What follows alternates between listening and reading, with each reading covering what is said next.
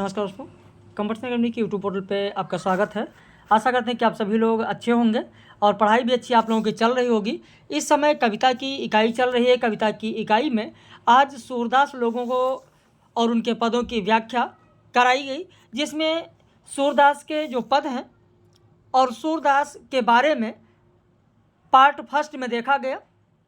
सूरदास के जो पद हैं, प्रारंभ से लेकर 1 से लेकर 20 तक पदों की व्याख्या कराई गई। भ्रमर गीत सार के पद संख्या 1 से 20 तक की व्याख्या करा दी गई और क्या क्या महत्वपूर्ण है वह भी आपको बताया गया। अब पद संख्या 21 से लेकर हम लोग आगे बढ़ेंगे। देखते हैं 1 घंटे में जितना हो जाएगा उतना इस लेक्चर में करा दिया जाएगा और कंप्लीट हो जाता है तो अच्छी बात है, नहीं कंप्लीट होता है तो इसका थर्ड पार्ट भी आप लोगों को उपलब्ध कराया जाएगा। तो आइए यहाँ से हम लोग शुरू करेंगे पद संख्या 21 से। पद संख्या 21 राग केदार है।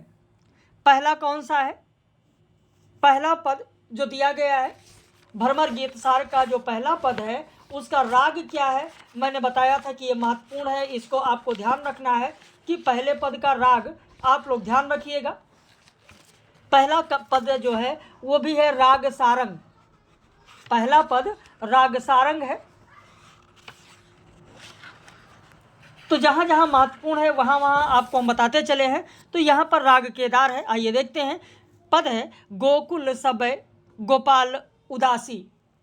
यहाँ पर उपासी लिख गया है। गोकुल सबय गोपाल उदासी जोग अंग साधत जे ऊधो ते सब बसत ईसपुर काशी। और यद्यप हरि हम तज अनाथ कर तदप रहत चरणन रस राशि। और अपनी शीतलता ही न छाड़त यद्यप है ससिराहु गरासी। का अपराध जोग लिख पटवत प्रेम भजन तज करत उदासी। सूरदास ऐसी को बिरहिन मांगत मुक्ति तजे गुण राशि। तो जोग अंग का मतलब यहाँ पर अष्टांग से लिया गया है, अष्टांग योग। ईसपुर की जो बात हुई है, ईसपुर से आशय है शंकर की नगरी। रस राशि का आशय होगा आनंद से पगी हुई या आनंद में। गरासी मतलब होता है ग्रस्त। और गुण राशि यानी गुण राशि, सूत्र राशि यानी बात हो रहा है गुण राशि मतलब कृष्ण की बात हो रही है। और मुक्ति मतलब मोक्ष होता है तो आप जानते ही हैं।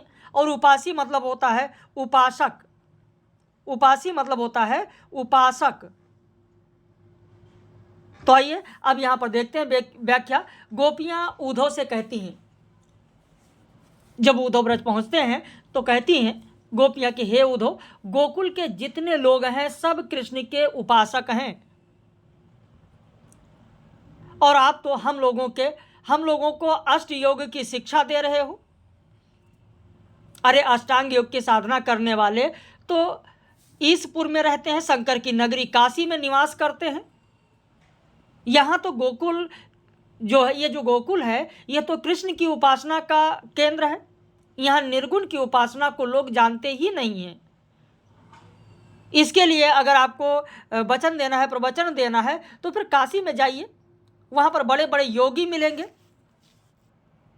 भले ही कृष्ण ने हमें त्याग कर अनाथ कर दिया है, यानी उनके त्यागने से हम सभी अनाथ हो गए हैं, जीवन में निराशा उत्पन्न हो गई है, फिर भी मन को धैर्य देकर प्रेम राशि श्री कृष्ण के चरणों में आनंद में डूबी रहती हैं। एकमात्र शरण श्री कृष्ण का चरण ही है। जिस तरीके से राहुग्रस्त होने पर भी चंद्रमा अपनी शीतलता के गुणों को नहीं छोड़ता है, उसी प्रकार इतने कष्ट ग्रहण करने के बाद, इतना कष्ट सहने के बाद भी हम सब कृष्ण के प्रति अपना प्रेम, अपना स्नेह नहीं छोड़ पा रही हूँ। यह स्नेह सूत्र जन्मवत जुड़ा हुआ है। हमें यह नहीं पता है कि किस अपराध से वह हम लोगों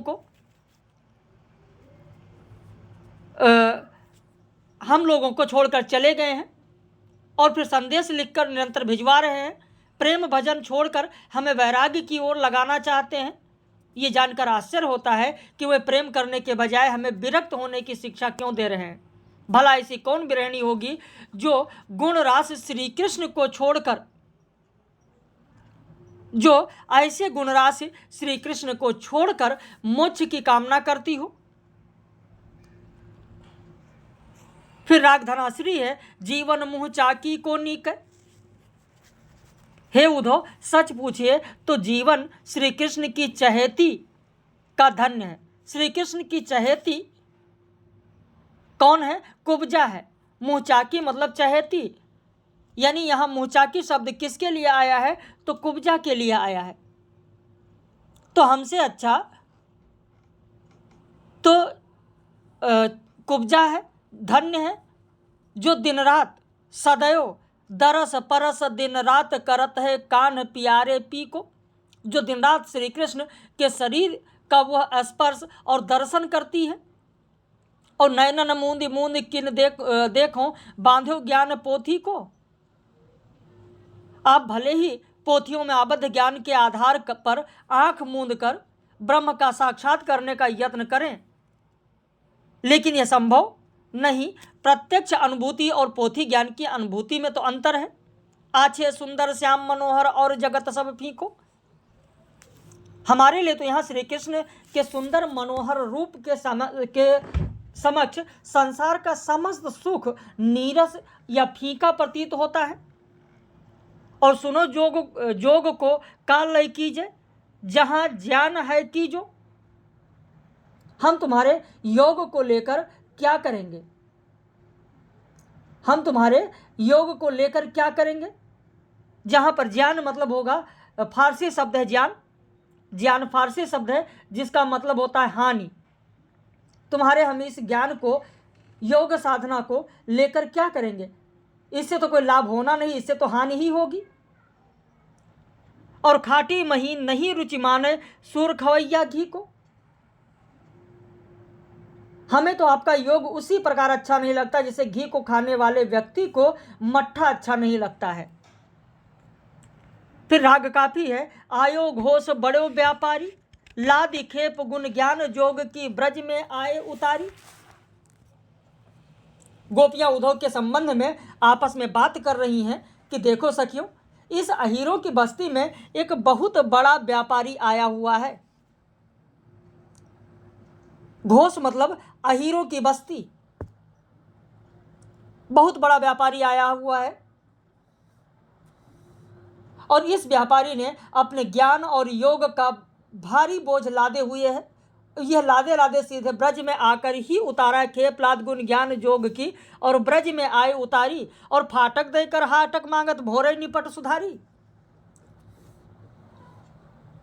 और यह हम ब्रजवासियों को भोला भाला जानकर फटकन देने की कोशिश करता है, यानी निर्गुण ब्रह्म का ज्ञान देकर, और हमसे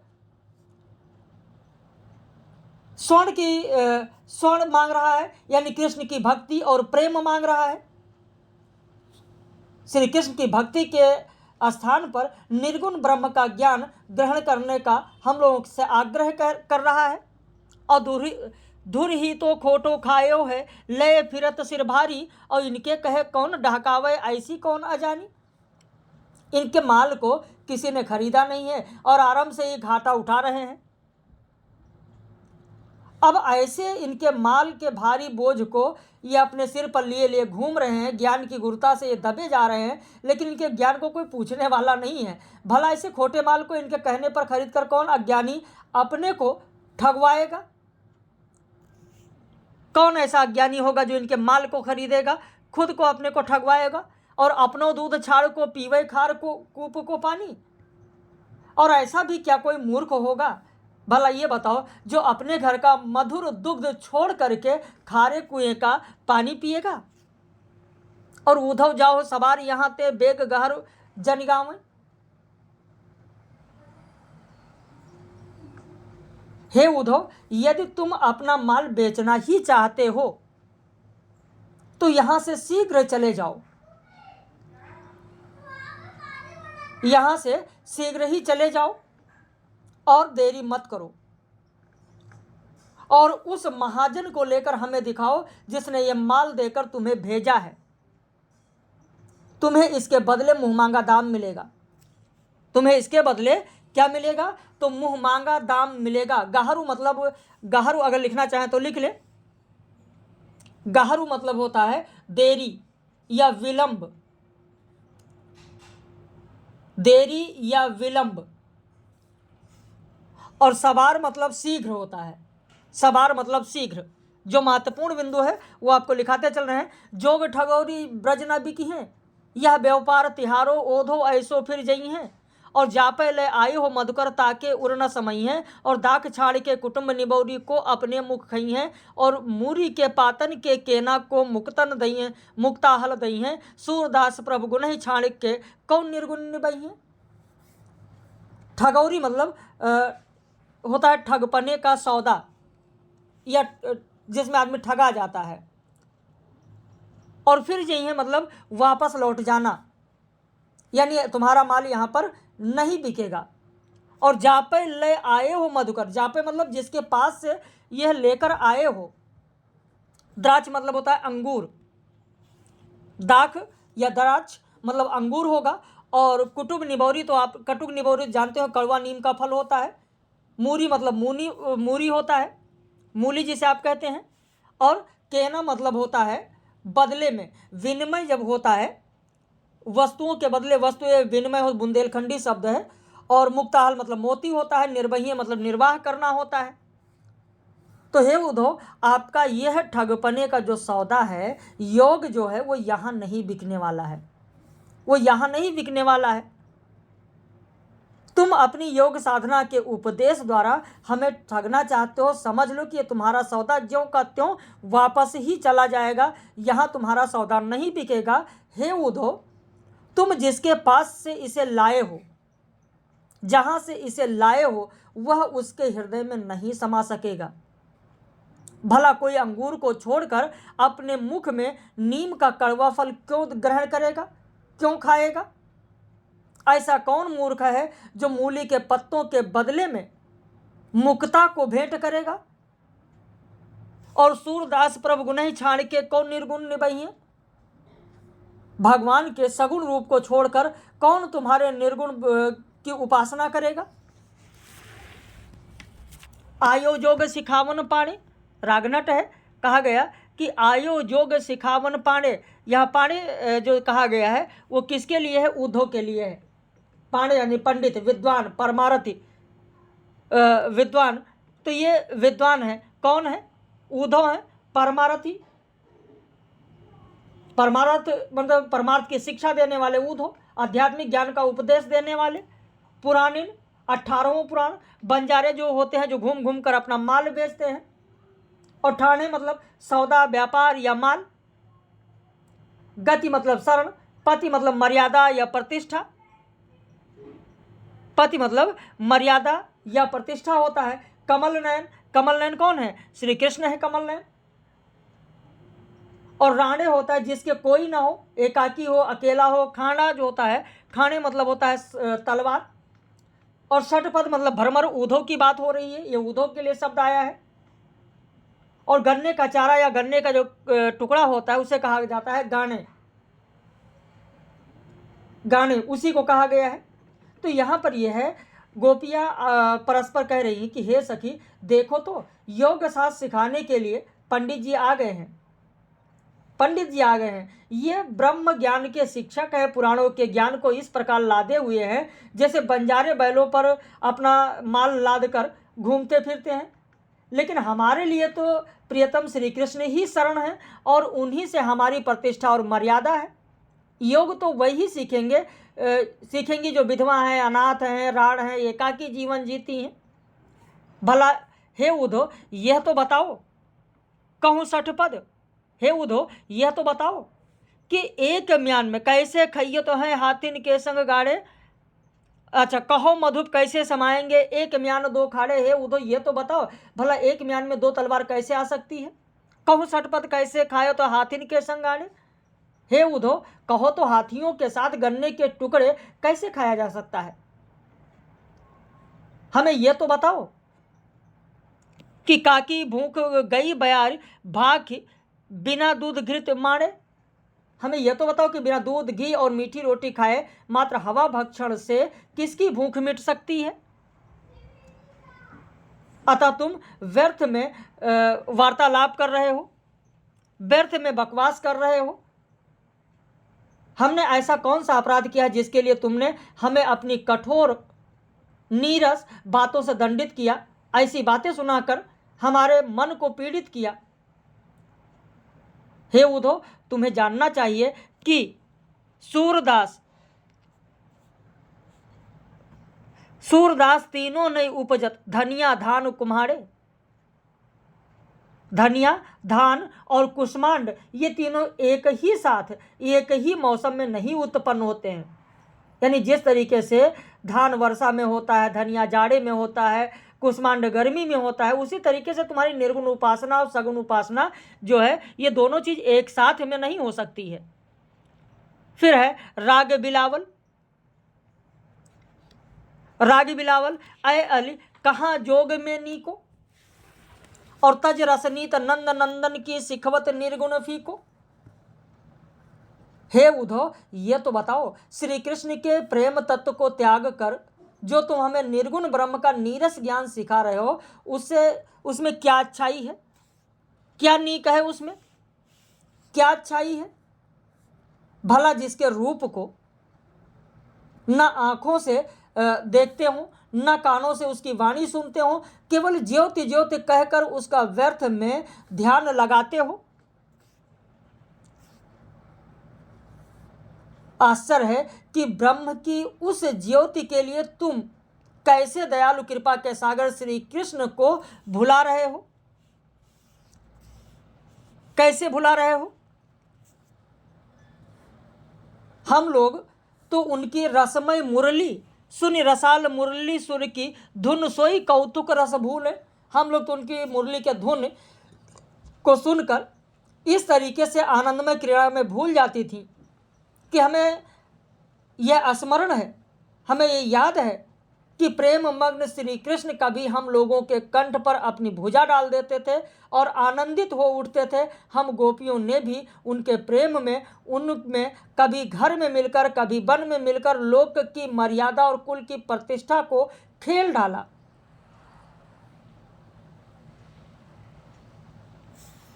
और अब तुम सूर खबावन आए जोग जहर की बोली।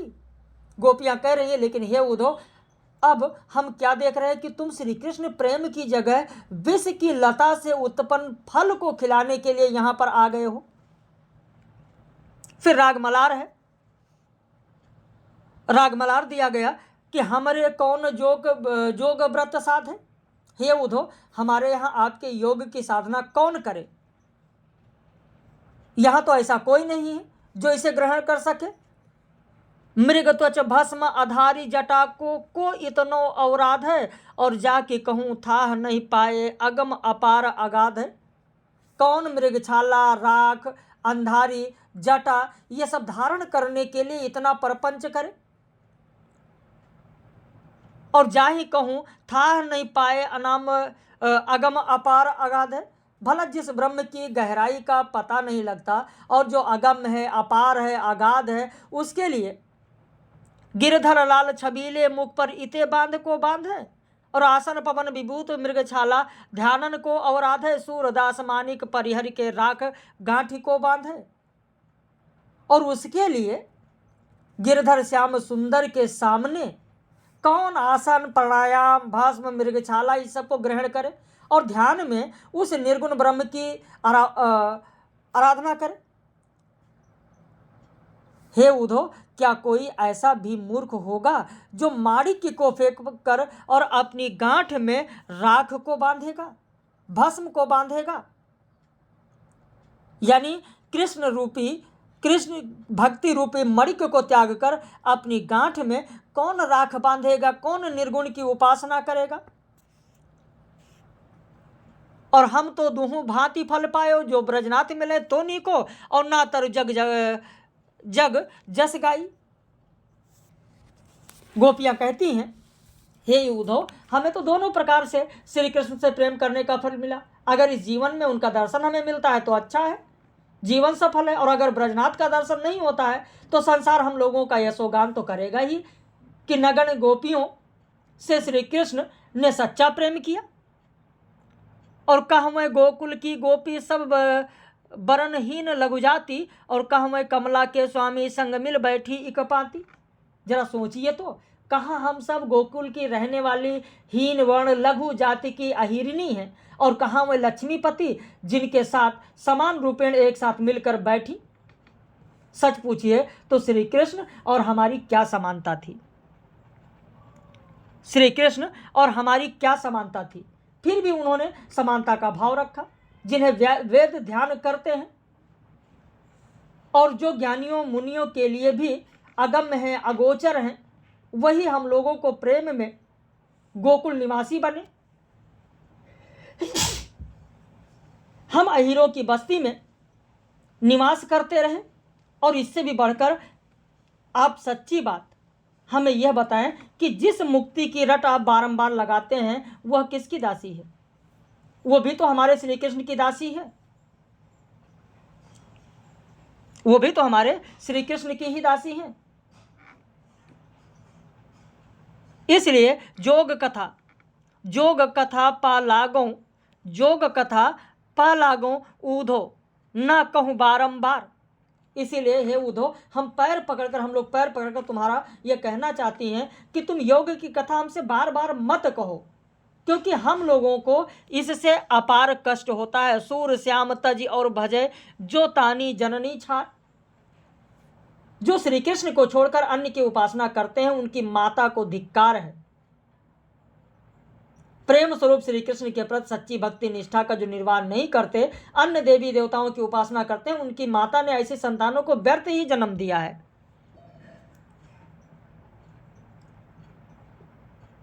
यहां पर जो छार कहा गया है, छार मतलब आशय लिया गया है जननी छार, यानी छार मतलब भस्म, राख। यहां धिक्कार से प्रयोजन है।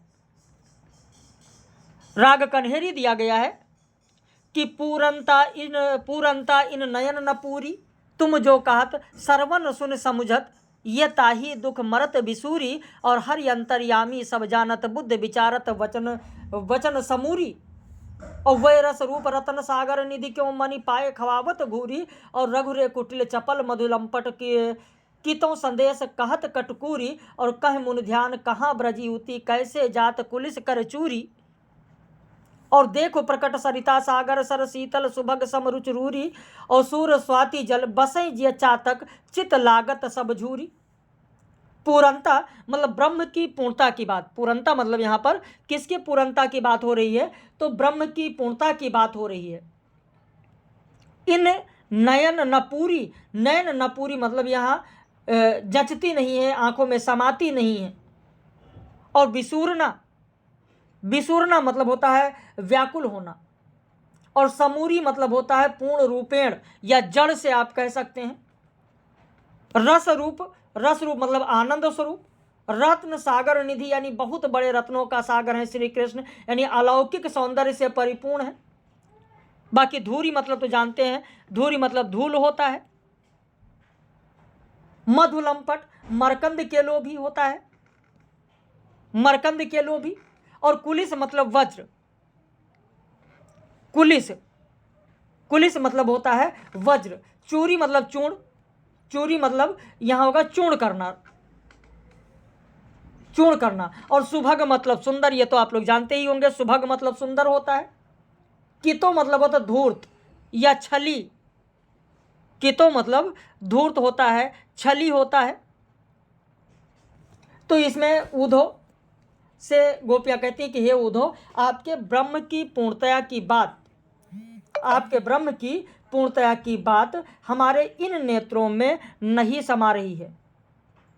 यद्यपि तुम जो भी ब्रह्म विषयक बात करते हो उसे हमारे कान सुनते हैं, लेकिन इन बातों से हमारे नेत्रों को संतोष नहीं मिलता है।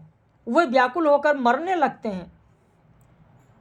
उन्हें ऐसी शंका भी है कि कहीं ऐसा ना हो कि हम सब तुम्हारे फेर में पड़कर श्री कृष्ण को त्याग दें। त्यागने पर नेत्रों को सुख कैसे मिलेगा? क्योंकि श्री कृष्ण ने तो वही अपना स्थान बनाया है, वह गोपियों के नेत्रों में समाते हैं। भगवान अंतर्यामी हैं, सब जानते हैं, और इसे हम सब बुद्धि से पूर्ण रूपेण विचार करते हैं। और आंखें भी इन चीज़ों को, नैन भी इन बातों को ठीक से समझती हैं, लेकिन उन आनंद स्वरूप रत्नों के महासागर अत्यंत सौंदर्यशाली श्री कृष्ण जैसी मणि को प्राप्त कर लेने पर आप हमें धूल क्यों फंका रहे हैं? धूल फंकाना मतलब यहाँ पर जो धूरी की बात की गई है, धूल फंकाना का मतलब होगा निर्गुण ब्रह्म की उपासना, निर्गुण ब्रह्म का ज्ञान देना। और इतना कहते कहते गोपियां गुस्से में आ जाती हैं, उनका क्रोध बढ़ जाता है और उद्धव से कहने लगती हैं कि रहु रे कुटिल, कहने लगती है रे कुटिल, चंचल, मकरंद, लोभी, कपटी, क्रूर, भ्रमर, ठहर जा। तू क्यों ऐसे कटु संदेश द्वारा हम सबको पीड़ित कर रहा है? ऐसा संदेश देकर हम सबको क्यों पीड़ित कर रहा है? क्या तुम नहीं जानते कि यहाँ मुनियों जैसी गंभीर साधना और कहाँ सरल अबोध ब्रज की युवतियां हैं? इन दोनों में कितना अंतर है? इन्हें ब्रह्म ज्ञान की शिक्षा देना क्या सही है? भला ब्रज को कैसे टुकड़े टुकड़े किया जा सकता है? तुम प्रत्यक्ष रूप से क्यों नहीं देखते कि एक और संसार में नदी, समुद्र, तालाब का सुंदर, स्वादिष्ट और सुरुचिपूर्ण जल भरा हुआ है, लेकिन चातक के चित्त में तो एकमात्र स्वाति का ही जल बसता है। उसे अन्य जल तो सर्वथा नीरस और अपेय लगता है। फिर इसके बाद में यहाँ पर है राग धनाश्री, हमते हर कबहु न उदास, हमते हरि कबहु न उदास, राति खवाए पियाए अधर रस, क्यों बिसरत सो ब्रज को बास, और तुम सो प्रेम कथा को कहिबो मनो काटिबो घास, और बहिरो तान स्वाद कह जाने गूंगो बात मिठास, और सुन री सखी बहुर फिर आई हैं वही सुख विविध विलास, और सूरदास ऊधो अब हम सो भयो तेरहो मास। हे उद्धव, श्री कृष्ण हमसे कभी भी दुखी नहीं थे और श्री कृष्ण अपने उस ब्रजवास को कैसे भूल सकते हैं जब हम सब उन्हें रात में अच्छी अच्छी वस्तुएं हम लोग खिलाती थी और अपने अधरामृत पान से संतुष्ट कर देती थी। और तुम सो प्रेम कथा को कहबो मनो काटिबो घास, और अब तो तुमसे अपनी उन मीठी घड़ियों की प्रेम कथा करना घास काटने के समान है, यानी व्यर्थ में सिर खपाना है। तुमसे अपनी बात यदि कहा भी जाए तो उसी तरीके से लगेगा जैसे बहरे व्यक्ति के सामने संगीत की बात हो रही है। बहिरो तान स्वाद कहा जाने गूंगो बात मिठास, तो जो बहरा है वो अच्छी तान का स्वाद कहाँ जान पाएगा, और जो गूंगा है वो मीठी बातों को कहाँ समझ सकता है, वो माधुर वाणी का स्वाद कैसे बता सकता है। और इतना कहते कहते एक सखी कहने लगती है दूसरी सखी से कि सुन री सखी बहुर फिर आई हैं वही सुख विविध विलास। हे सखी सुनो, तुमने जिन सुखों और विलासों का उपभोग श्री कृष्ण के साथ किया है, परेशान ना हो, वह सुख और विलास की घड़ियां फिर से जरूर देखने को मिलेंगी। और सूरदास उद्धव अब हम सो भयो तेरहो मास, उद्धव की ओर देखते हुए की ओर घूमकर कहने लगती है कि हे उद्धव, अब तो हमारी अवधि बीत चुकी है, अब श्री कृष्ण का मिलन जरूर होगा और हम सबकी संकट की घड़ियां जो हैं वो जरूर दूर होंगी। इसके बाद यहां पद संख्या 31 है कि तेरो बुरो न को माने। गोपियां कहती हैं उद्धव से कि हे उद्धव, हे नीरस भरमर, तेरी बातों को कोई बुरा नहीं मानता, क्योंकि सभी जानते हैं रस की बात मधुप नीरस सुन रसिक हो तो सो जान।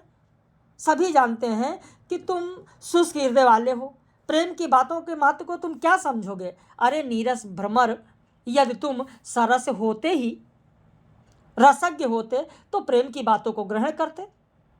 तुमसे तो रस की बातें करना बेकार ही है, रस की बात तो रसज्ञ ही जानता है। और दादुर बसे निकट कमलान के जन्म न रस पहचाने, अली अनुराग उड़न मन बांध्यो कहीं सुनत नहीं काने।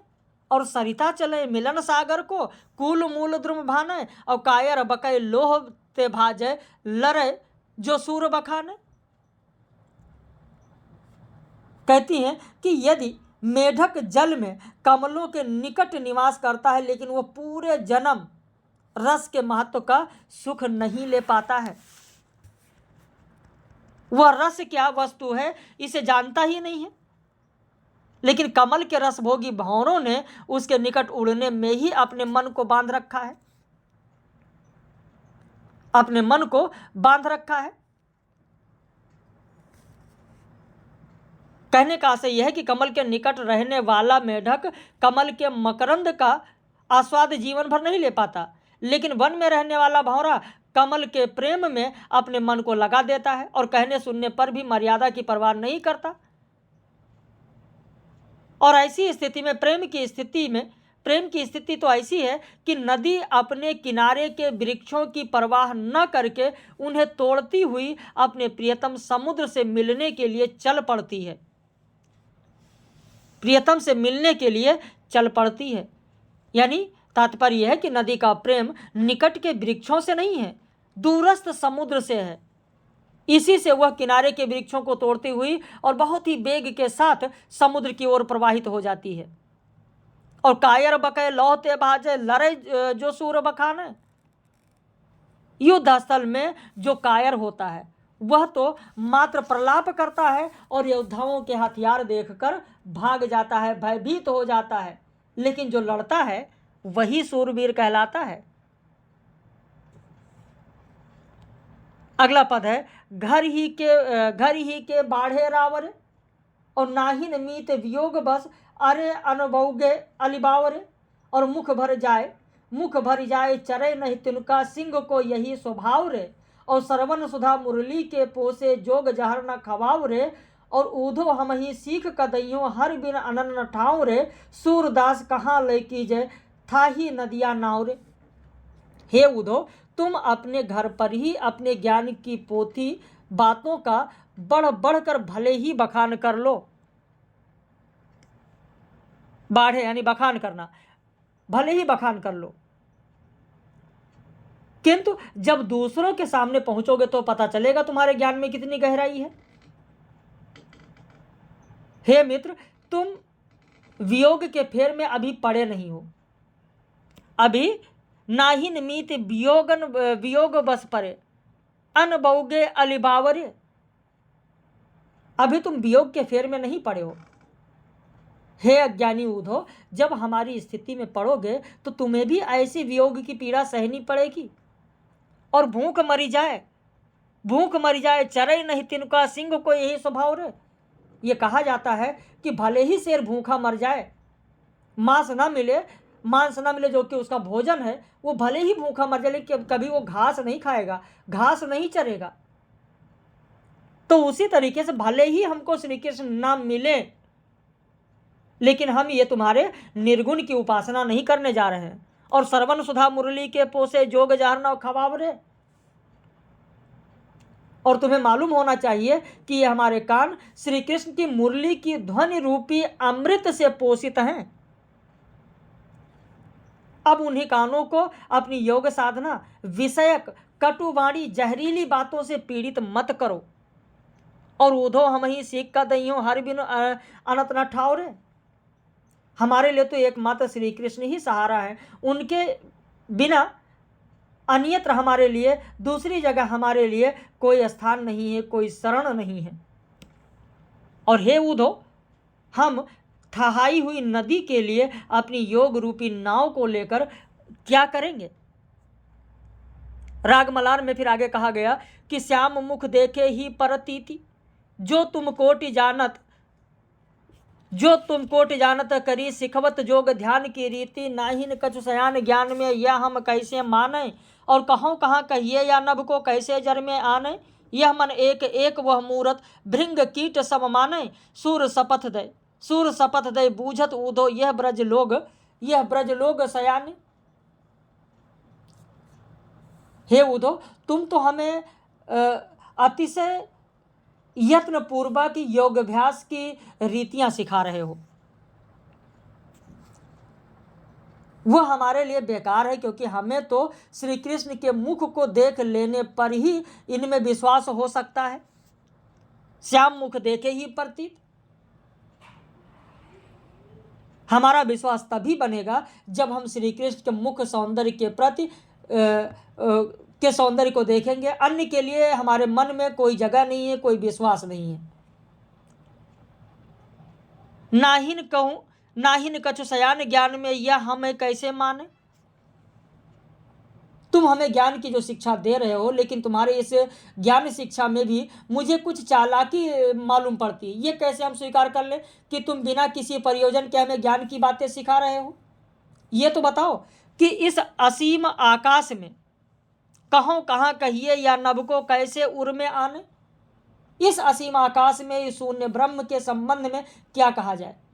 आकाश की भांति शून्य इस ब्रह्म के संबंध में क्या कहा जाए और किस प्रकार समेटकर अपने छोटे से हृदय में इसे बसा लें। यह मन एक है, यह मन एक एक वह मूरत भृंग कीट सब माने। भाई मन तो एक ही है और श्याम सुंदर की मूर्ति भी एक ही है। अतः भृंगी कीड़े की भांति दोनों एक हृदय हो गए हैं। जैसे भृंगी कीट किसी कीड़े को पकड़कर उसे अपने अनुरूप बना लेता है, ठीक उसी तरीके से श्री कृष्ण ने भृंगी कीट की भांति हमें अपने रंग में रंग लिया है। सुर शपथ दे बूझत उधो यह ब्रज जोग सयाने। हे उधो, ब्रज के चतुर लोग तुमसे सौगंध पूर्वक पूछना चाहते हैं कि जब दोनों यानी हमारा मन और श्री कृष्ण एक ही रंग में रंग गए तो योग साधना की ओर कैसे जा सकते हैं।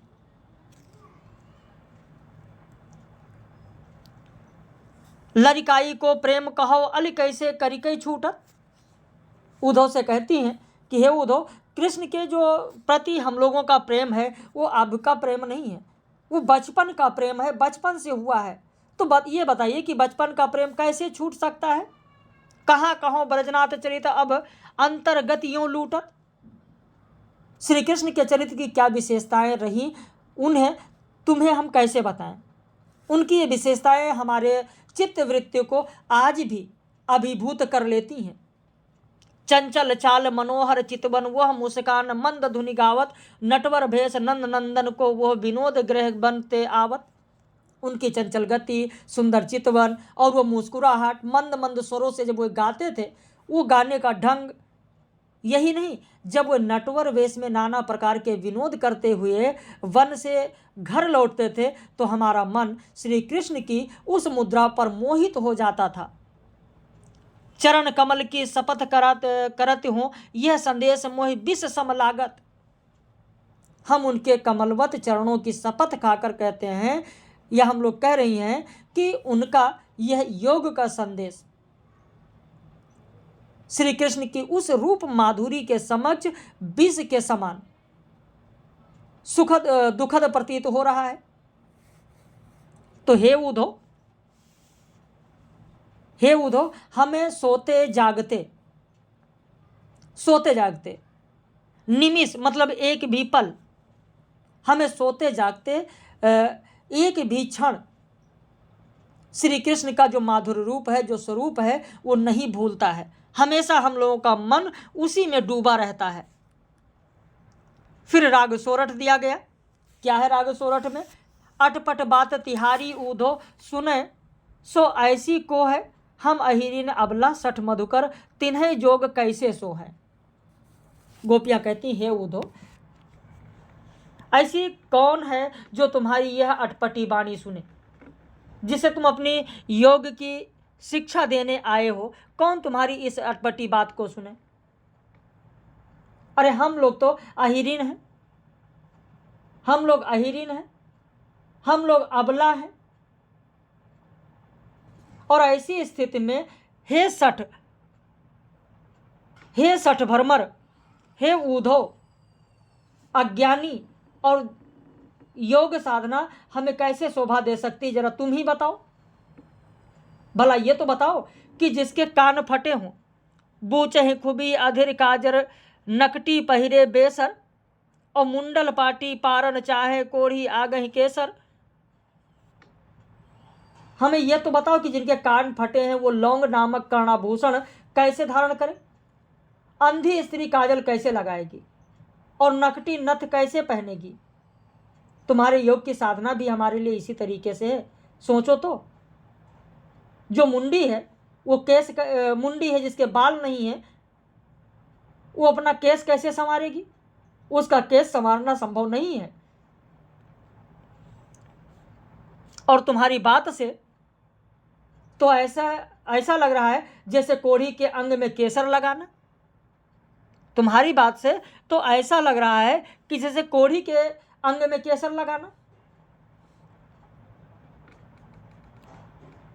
और बाहिर सो पति मतो करे, जो उत्तर कौन कौन पे पावे, ऐसी न्याव है ताको ऊधो, जो हमें जोग सिखावे।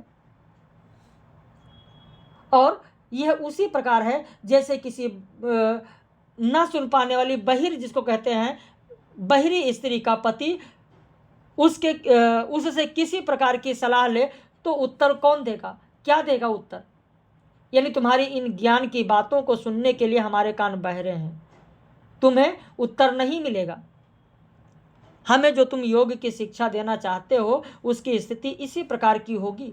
तुम जो हमारे लिए उपहार स्वरूप ये योग लेकर आए हो उसे हमने सिरोधार्य कर लिया, लेकिन हमारे लिए ये तो विषैला कैसा है? विषैला नारियल के समान है। विषैला नारियल के समान है जिसे दूर से ही प्रणाम करते बनता है। ये सुग्राह्य नहीं है। अगला पद है राग बिहागरो। वरु वै कुबजा भलो कियो, बरु वै कुबजा भलो कियो, सुन सुन समाचार ऊधो मो कछुक सिरात हियो। और जाको गुण गति नाम रूप हरि हरियो फिर न दियो। हे उधो, कुब्जा ने श्री कृष्ण के साथ अच्छा व्यवहार किया। भली है वो कुब्जा जो श्री कृष्ण के साथ भला व्यवहार किया, अच्छा व्यवहार किया। यानी कहने का मतलब ये था कि उसने खूब सोच समझ कर बदला लिया है। और सुन सुन समाचार ऊधो मो कछुक सिरात ही, कुब्जा के ऐसे व्यवहार का समाचार सुन सुनकर हम लोगों का हृदय कुछ शीतल हो गया है। आखिर मिली तो उन्हें एक खिलाड़ी। अभी तक जाको गुण गति नाम रूप हर हायो फिर न दियो। अभी तक तो यही देखती रही कि श्री कृष्ण ने जिसके गुण नाम और रूप को हर लिया था उसे कभी वापस नहीं किया।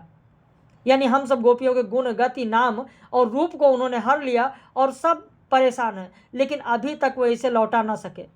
अब इन्हें भी कोई जोड़ मिल गया है, कोई जोड़ मिल गया है।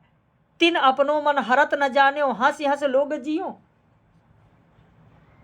और कुब्जा ने इनके मन का ऐसा हरण किया कि अभी तक वे उसे पा नहीं सके।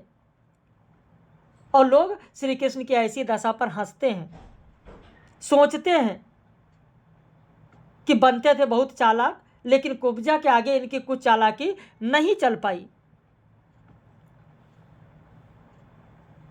कुब्जा के आगे इनकी कोई चालाकी नहीं चल पाई। और सूर तनक चंदन चढ़ाए तन, ब्रजपत बस कियो, और सकल नागर नारिन को दासी दाम लियो। हम लोगों को प्रसन्नता है कि मथुरा की सब कुलीन और श्रेष्ठ स्त्रियों का बदला उस दासी कुब्जा ने ले लिया है। उससे इनका कोई दांव नहीं लग सका। मथुरा की ऐसी नारियों को छोड़कर श्री कृष्ण ने कुब्जा से प्रेम किया, अर्थात एक नगण्य दासी से प्रेम किया, और वह एक लज्जास्पद बात है। आगे है राग सारंग। हरि काहे के अंतर्यामी। हे उद्धव, ये बताओ कि हरि अंतर्यामी है। कहते हो कि हरि अंतर्यामी है, हम कैसे मान लें? काहे को अंतर्यामी है? कैसे अंतर्यामी है? जो हरि मिलत नहीं यही अवसर, अवधि बतावत लामी। हम कैसे मान लें कि अंतर्यामी है? वो जब हमसे मिलते नहीं हैं, ऐसी वियोगावस्था में भी जब हम लोगों को वो दर्शन नहीं देते हैं, और अपने आने की समय जो है वो लंबी बताते हैं। लामी मतलब लंबी, आने का समय लंबी समय दे देते हैं, तो उन्हें अंतर्यामी की संज्ञा कैसे दी जा सकती है? कैसे कहने कि वह अंतर्यामी है? अपनी चोप जाय उठ बैठे और निरस बेकामी, सो कह पीर पराई जाने सो हरि गरुणागासी, और आई उघर प्रीत कलई सो जैसे खाटी आमी, और सूर्य इते पर अनख मरत है ऊधो पीवत मासी। वही तो बहुत अपने उमंग में और अपने मन से मथुरा चले गए। उन्हें वहां जाने के लिए हम लोगों ने तो कहा नहीं था। अब वहां जाते ही उन्होंने अपनी सहृदयता भुला दी और निराश और निष्कामी हो गए हैं। भला में दूसरों की पीड़ा का अनुभव क्या कर सकते हैं? जो सदैव गरुड़ की सवारी किया करते थे, यानी जो कभी सामान्य लोगों की भांति भूतल पर पैर ही नहीं रखते हुए भूतल पर रहने वालों की पीड़ा को क्या समझेंगे? लेकिन अब उनके झूठे प्रेम की कलई खुल चुकी है, रहस्य खुल गया है।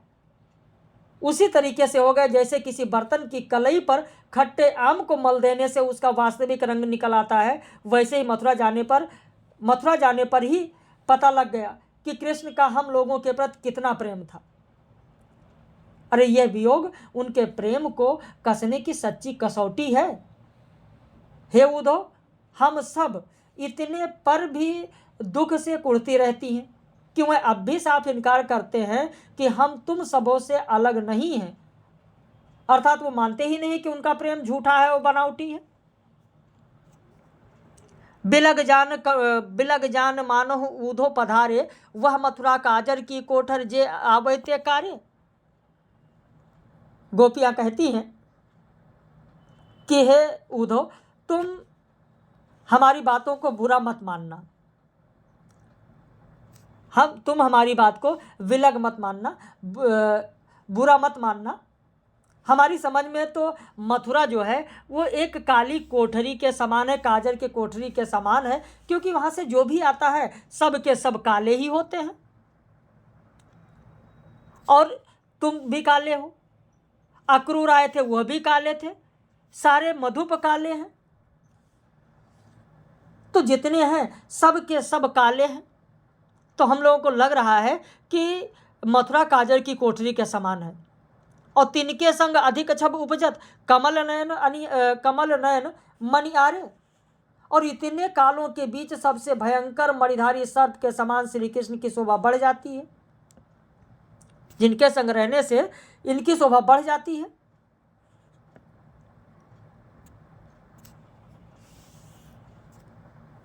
कहने का मतलब यह है कि इन काले हृदय वालों में श्री कृष्ण सबसे बढ़कर कपटी सिद्ध हुए हैं। ये उस मणिधारी भयंकर जहरीले सांप के समान है जिसके काटने पर आदमी बच नहीं सकता।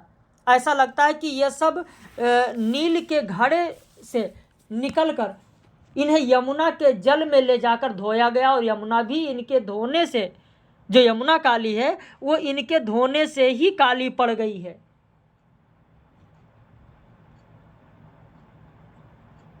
तो गोपियां कहती हैं, हे उद्धव, श्याम का गुण भी बहुत ही विलक्षण है, इसे कौन जान सकता है। फिर है राग सारंग।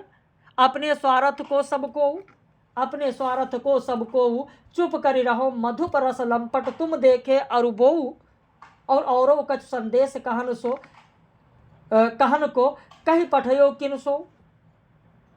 गोपियां गुस्सा जाती हैं और कहती हैं, हे उद्धव, सभी अपने स्वार्थ के लिए, सब जितने हैं सब के सब अपने स्वार्थ के लिए हैं। अब वह स्वाद प्रिय, या ऐसे कहें कि अब वह सब मकरंद लोभी हैं। और तुम भी तो भ्रमर हो, तुम भी चुप रहो, ज्यादा बढ़ चढ़कर बातें मत करो। हमने तुम्हें भी समझ लिया है और उन्हें भी समझ लिया है, कृष्ण को भी समझ लिया है। और इतना संदेश कहने के अलावा यदि उन्होंने और कुछ कहा है, और कुछ संदेश भेजा है, तो उसे बताओ। और लीन्हे फिरत जोग जुबतिन को बड़े सयाने दो के दोनों बहुत सयाने हो, तुम दोनों बहुत ही चतुर हो, जो युवतियों को अर्पित करने के लिए योग का संदेश लिए फिर रहे हो।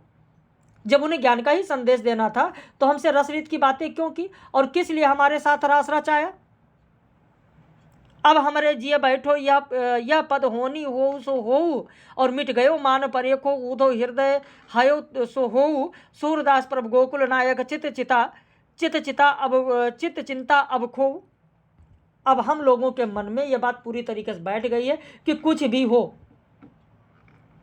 कुछ भी ब्रह्म की ओर से होना है वो होए, लेकिन श्री कृष्ण की प्रेम साधना में किसी प्रकार का व्यवधान न होने पाए। हे उद्धव, अब तो हमारे मन में जो थोड़ा बहुत मान सम्मान पश्चाताप का भाव था वो भी खत्म हो गया। हे उद्धव, अब हमें यह दृढ़ विश्वास हो गया है कि गोकुल के स्वामी श्री कृष्ण हमारे मन की समस्त चिंता को अवश्य ही दूर करेंगे। तुम जो कहत संदेशो आनी, कहा करो वह नंद वंदन सो। नंद नंदन सो होत नहीं हितहानि, और जोग जुगत किह काज हमारे। जदप महासुख खानी, सने स्नेह श्याम सुंदर के हिल मिल के मन मानी। सोहत लोह परस पारस ज्यों सुबरन 12 बान, और पुण्य वह चोप कहाँ चुंबक जो लटपटाए लपटान। रूप रहित नीरासा निर्गुण निगमोह परत न जान, सूरज दास कौन विधतासो अब की जय पहचान। यहाँ पर गोपियाँ कहती हैं उद्धव से कि हे उद्धव, तुम यहाँ आकर योग का संदेश जो हमें दे रहे हो, लेकिन क्या करें, हमारी ये व्यवस्था है, हमारी ये मजबूरी है कि हमने श्री कृष्ण के प्रेम को हम लोग त्याग नहीं सकते हैं, त्यागते बनता भी नहीं है। यद्यपि तुम्हारी योग साधना विषय की युक्तियाँ सुखदायी हैं, सुखदायिनी हैं, लेकिन ये हमारे किस काम की है? यानी जब हम इस योग साधना के लिए श्री कृष्ण के प्रेम को हमें त्यागना पड़े तो इसकी हमारे लिए कोई उपयोगिता है? क्योंकि ये तो बात निश्चित है कि हम श्री कृष्ण प्रेम को किसी भी तरीके से त्याग नहीं सकते। तुम्हें जानना चाहिए कि श्याम सुंदर के प्रेम में सने स्नेह श्याम सुंदर के हिल मिल के मन माने, और सोहत लोह परस पारस जो सुबरन 12 बान। श्याम सुंदर के प्रेम में तन्मय हमारे मन में उनसे हिल मिलकर अपना सब कुछ अर्पित कर दिया और उनकी भक्ति और प्रेम को स्वीकार कर लिया है। अब उसे त्यागना हमारे लिए असंभव है। जैसे लोहा जब एक बार पारस पत्थर से स्पर्श होने से खरा सोना के रूप में बदल जाता है, तो पुनः उससे वह चाव, वह उमंग, उसमें वो चीज़ कहाँ शेष रह जाती है कि चुंबक उसे मोहित कर ले, उससे लिपट ही जाए? ऐसा तो हो ही नहीं सकता। और उसी प्रकार रूप रहित नीरसा निर्गुण निगमोह परत न जान, और सूरज दास कौन वित्तासो अब कीजिए पहचान। उसी तरीके से श्री कृष्ण के प्रेम में पगा हमारा मन दूसरी जगह नहीं लग सकता है। ये मना स्थिति की परिवर्तित दशा है जिसमें अन्य के प्रति आकर्षण का स्थान नहीं बचता है। तुम्हारा ब्रह्म तो निराकार निष्काम गुणातीत है, उसे वेद भी नहीं जान पाते। ऐसे ब्रह्म से किस प्रकार परिचय किया जाए जो अगम है, अगोचर है, गुणातीत है, निराकार है। तो 40 पद हो चुके हैं, 53 मिनट हो गया है। चलिए 40 तक ही करा देते हैं, 20-20 करके करा देते हैं, 20-20 करके करा देते हैं, तो 40 पद हो गए हैं। बाकी अब इस पर थर्ड पार्ट आपको मिलेगा जिसमें 41 से लेकर 60 तक कोशिश करेंगे, और अगर हो जाएगा तो 70 भी हो जाएगा, 70 तक पूरा कर देंगे, और नहीं हो पाता है तो 10 के लिए अलग से बना दिया जाएगा। बाकी अपनी प्रतिक्रिया आप लोग व्यक्त कीजिएगा।